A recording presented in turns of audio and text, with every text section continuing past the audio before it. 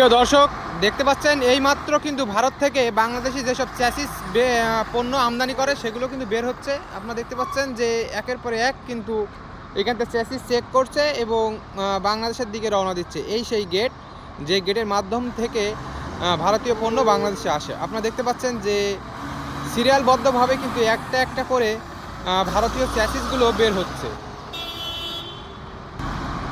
এই গাড়িগুলোই কিন্তু ভারত থেকে বাংলাদেশে এসে কিন্তু মডিফাই হয়ে আবার ট্রাক, কোনোটা হচ্ছে আপনার ট্রেলার তৈরি হবে।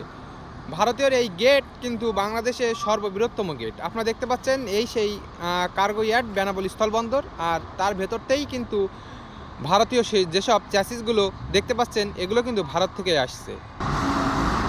প্রত্যেকটা চ্যাসিস কিন্তু বেনাপোল স্থলবন্দর কার্গো ইয়ার্ড থেকে আপনার যাচ্ছে হচ্ছে বেনাপোল যেসব শেড কিংবা চ্যাসিস রাখার যেসব মাঠ আছে সেসব মাঠেই কিন্তু এই চ্যাসিসগুলো গিয়ে রাখবে। তারপরে সরকারের কর পরিশোধ হওয়ার পরেই কিন্তু এসব চ্যাসিস নিজ নিজ